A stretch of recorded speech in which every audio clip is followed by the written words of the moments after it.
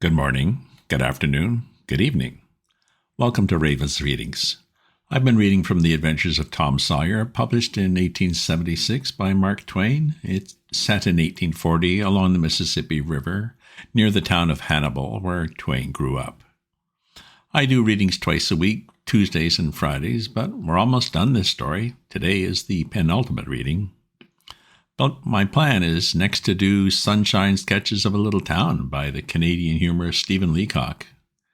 If you subscribe to my Substack newsletter, you'll get notified of my updates as soon as they're ready. If you enjoy this reading and have other classics you'd like to hear, leave me a comment. In the last chapters, Tom was able to lead himself and Becky safely out of the cave. But apparently, Injun Joe was still in there. Trapped? Chapter 33. Within a few minutes, the news had spread, and a dozen skiff-loads of men were on their way to McDoodle's cave, and the ferryboat, well filled with passengers, soon followed. Tom Sawyer was in the skiff that bore Judge Thatcher. When the cave door was unlocked, a sorrowful sight presented itself in the dim twilight of the place. Injun Joe lay stretched upon the ground, dead, with his face close to the crack of the door, as if his longing eyes had been fixed to the last moment upon the light and the cheer of the free world outside. Tom was touched, for he knew by his own experience how this wretch had suffered. His pity was moved, but nevertheless he felt an abounding sense of relief and security now, which revealed to him in a degree which he had not fully appreciated before how vast a weight of dread had been lying on him ever since that day he lifted his voice against this bloody-minded outcast. Injun Joe's bowie knife lay close by, its blade broken in two. The great foundation beam of the door had been chipped and hacked through with tedious labor, useless labor too it was, for the native rock formed a sill outside it, and upon that stubborn material the knife had wrought no effect.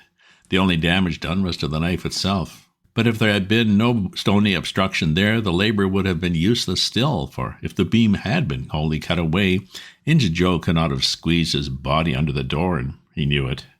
So he had only hacked that place in order to be doing something, in order to pass the weary time, in order to employ his tortured faculties.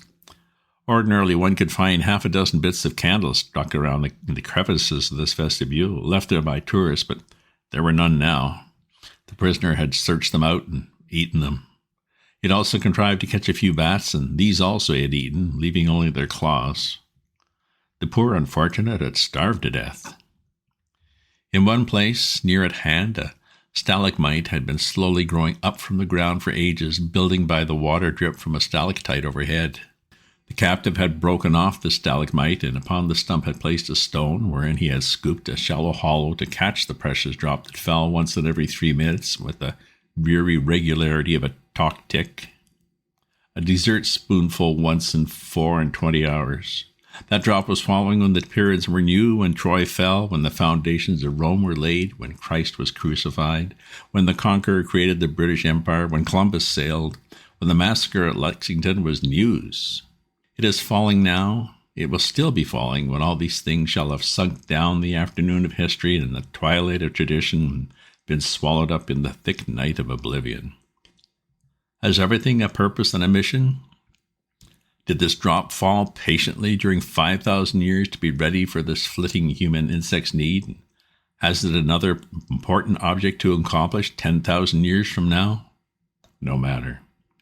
It is many and many a year since the hapless half-breed scooped out the stone to catch the priceless drops. To this day, the tourist stares longest at that pathetic stone and that slow dropping water when he comes to see the wonders of McDougall's cave. Injun Joe's cup stands first in the list of the cavern's marvels. Even Aladdin's palace cannot rival it. Injun Joe was buried near the mouth of the cave, and people flocked there in boats and wagons from the towns and from all the farms and hamlets for 7 miles around. They brought their children and all sorts of provisions, and confessed that they had almost as satisfactory a time at the funeral as they could have had at the hanging. This funeral stopped the further growth of one thing, the petition to the governor for Injun Joe's pardon. The petition had been largely signed, many tearful and eloquent meetings had been held, and a committee of sappy women had appointed to go in deep mourning and wail around the governor and implore him to be a merciful ass and trample his duty underfoot. Injun Joe was believed to have killed 5 citizens in the village, but what of that? If he'd been Satan himself, there would have been plenty of weaklings ready to scribble their names to a pardon petition and drip a tear on it from their permanently impaired and leaky waterworks. The morning after the funeral, Tom took Huck to a private place to have an important talk. Huck had learned all about Tom's adventure from the Welshman and the widow Douglas by this time, but Tom said he reckoned there was one thing he had not told him. The thing was that he wanted to talk about now. Huck's face saddened. He said, "I know what it is. You got into number 2 and never found anything but whiskey. Nobody told me it was you, but I just know it must have been you since I heard about that whiskey business, and I know you ain't got the money because you'd have got it to me in some way or another and told me, even if it was mum to everybody else. Tom, something's always told me we'd never get a hold of that swag." "Why, Huck, I never told on that tavern keeper. You know his taverns was all right the Saturday I went to the picnic. Don't you remember you used to watch there that night?" "Oh, yeah. It seems about a year ago. It was that very night that I followed Injun Joe to the Widders." "You followed him?" "Yeah, but you keep mum. I reckon Injun Joe's left friends behind him, and I don't want him souring on me and doing me mean tricks. If it hadn't been for me, he'd be down in Texas now, all right." Then Huck told his entire adventure in confidence to Tom, who had only heard the Welshman's part of it before. "Well," said Huck presently, coming back to the main question, "whoever nipped the whiskey in number 2 nipped the money too. And I reckon, anyway, it's a goner for us, Tom." "Huck, that money wasn't ever in number 2. "What?" Huck searched his comrade's face keenly. "Tom, have you got on the track of that money again?" "Huck, it's in the cave." Huck's eyes blazed. "Say it again, Tom." "The money's in the cave." "Tom, honest, ain't you now? Is it fun or earnest?" "Earnest, Huck. Just as earnest as ever I was in my life. Will you go in there with me and help to get it out?" "I bet I will. I will if that's where we can blaze our way to it and not get lost."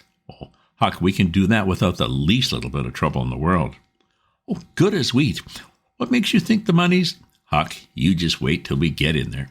If we don't find it, I'll agree to give you my drum and everything I've got in the world. I will, by jingo." "All right. It's a whiz. When do you say?" "Right now, if you say it. Are you strong enough?"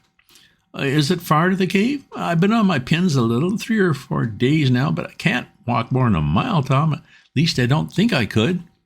"It's about 5 miles into there the way anybody but me would go, Huck, but there's a mighty shortcut that they don't anybody but me know about. Huck, I'll take you right to it in a skiff. I'll float the skiff down there, and I'll pull it back again all by myself, and you need never turn your hand over." "Oh, let's start right off, Tom." "All right. We want some bread and meat and our pipes and a little bag or two and 2 or 3 kite strings and some of those newfangled things they call lucifer matches. I tell you, many's the time I wished I had some when I was in there before."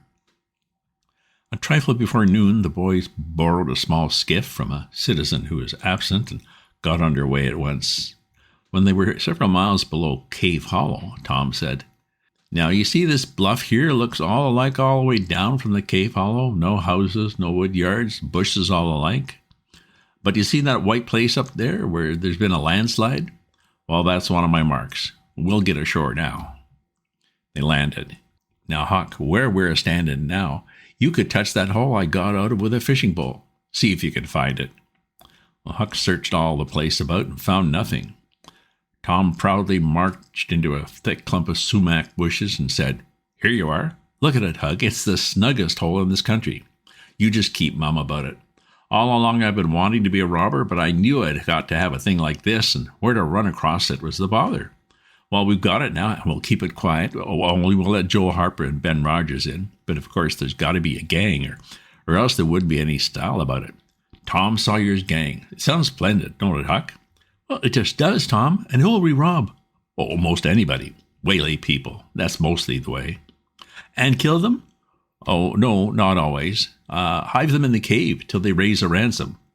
"What's a ransom?" "Money. You make 'em raise all they can off of their friends, and after you've kept them a year, if it ain't raised, then you kill 'em. That's the general way. Only you don't kill the women. You shut up the women, but you don't kill 'em.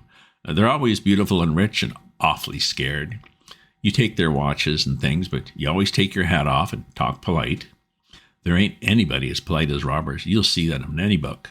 Well, the women get to loving you, and after they've been in a cave a week or 2 weeks, they stop crying, and after that, you couldn't get them to leave. If you drove them out, they'd turn right around and come back. It's so in all the books.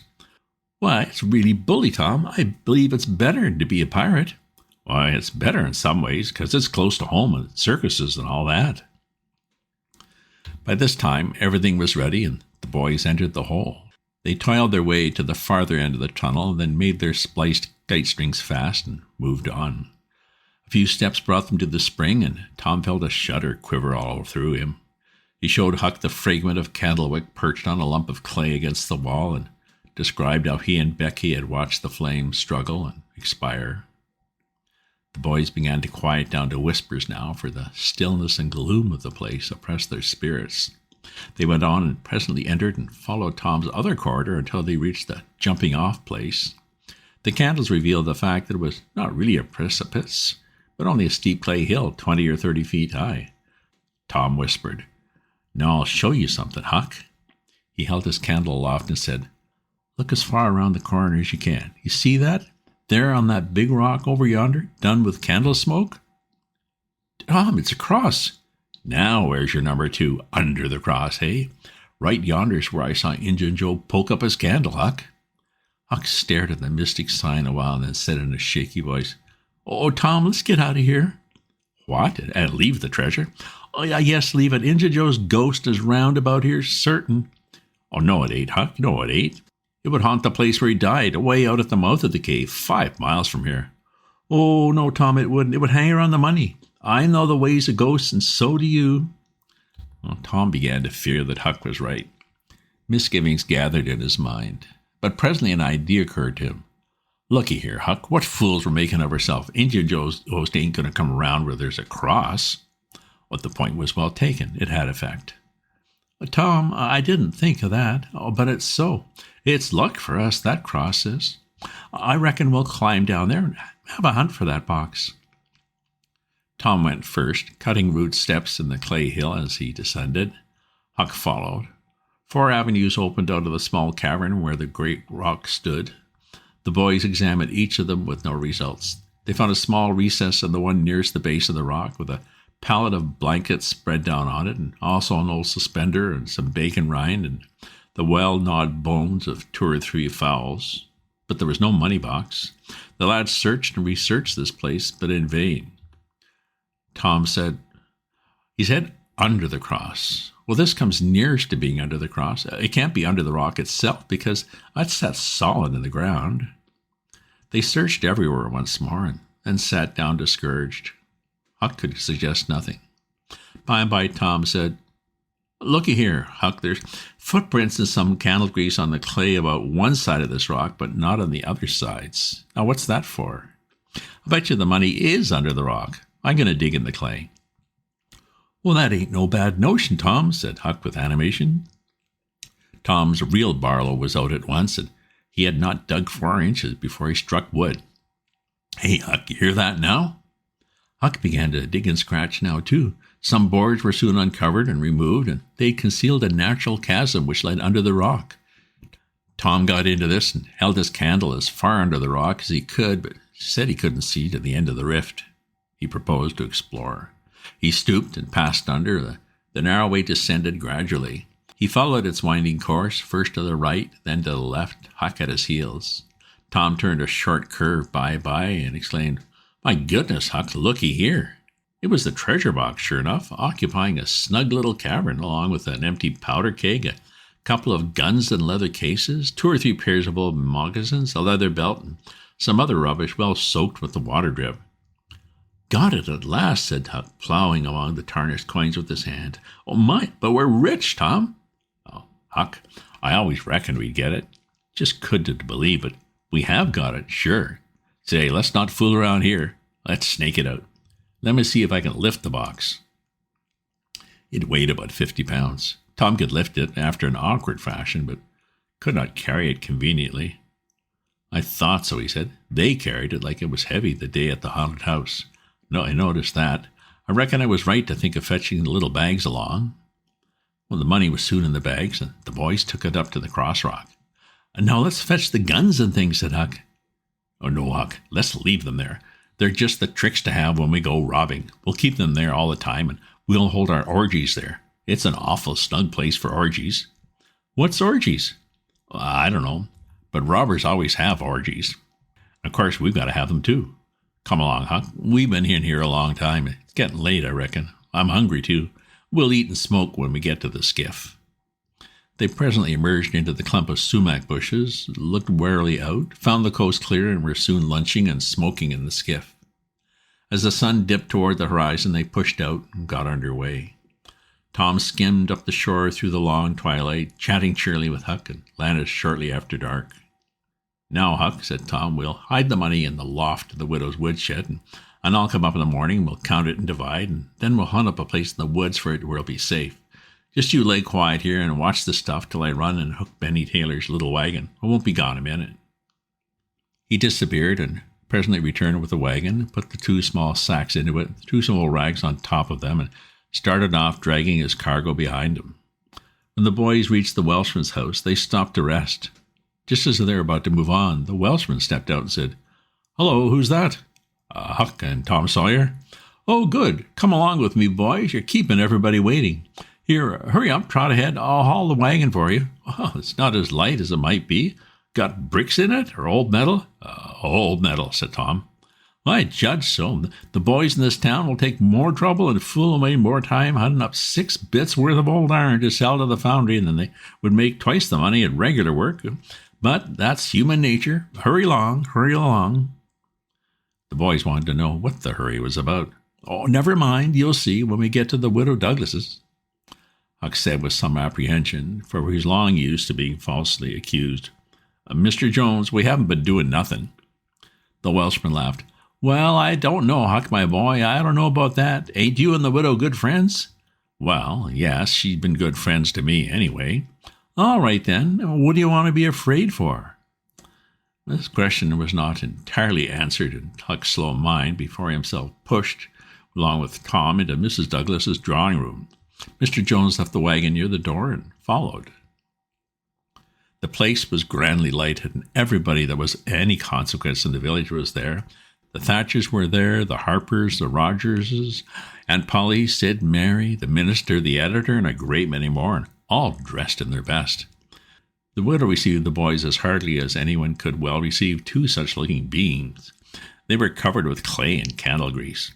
Aunt Polly blushed crimson with humiliation and frowned and shook her head at Tom. Nobody suffered half as much as the 2 boys did, however.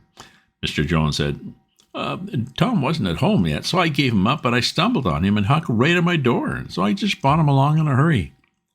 "Oh, and you did just right," said the widow. "I'll come along with you, boys."